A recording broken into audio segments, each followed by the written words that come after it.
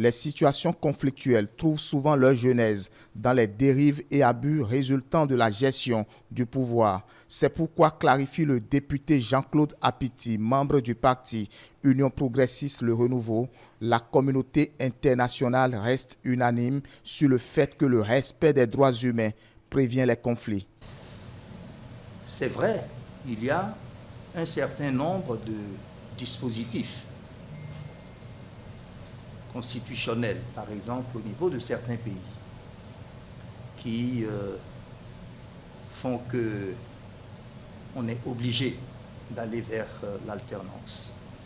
Je voudrais aussi me référer au protocole additionnel relatif au traité de la CEDEAO sur la démocratie et la bonne gouvernance, qui interdit aux États de modifier les règles électorales 6 mois avant les élections.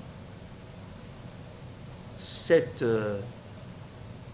disposition du traité, quelquefois, n'est pas respectée. Et je dirais qu'il faut même aller au-delà de ces dispositions.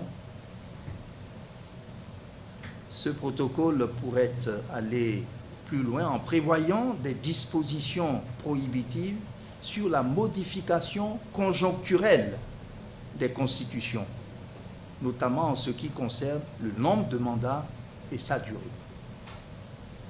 Au Bénin, nous ne sommes pas dans cette situation puisque notre constitution prévoit déjà ces garde-fous.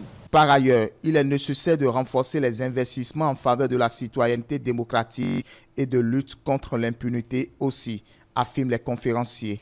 La démocratie en elle-même n'est pas le problème, argue le député Jean-Claude Apiti. Le vrai problème, ce sont les acteurs qui la pratiquent, qui déforment ce qu'elle est par essence. Moi, je crois que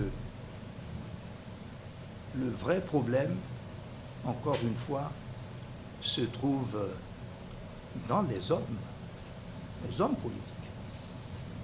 Pour peu que ceux-ci aient des ambitions hors normes, entre guillemets, pour peu que ceux-ci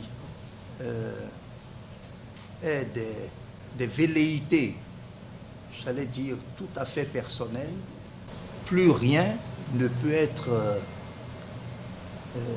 canalisé. C'est-à-dire que il n'y a plus de règles. Les règles, il n'y a plus de système de règles. Le système de règles qui existe lorsque un pays est dirigé selon des normes constitutionnelles, etc. Ce système de règles est rompu. Il n'y en a plus. Donc, tout va à volo. Les démocraties sont plus performantes pour gérer les conflits tant que les voies du dialogue ne sont pas fermées.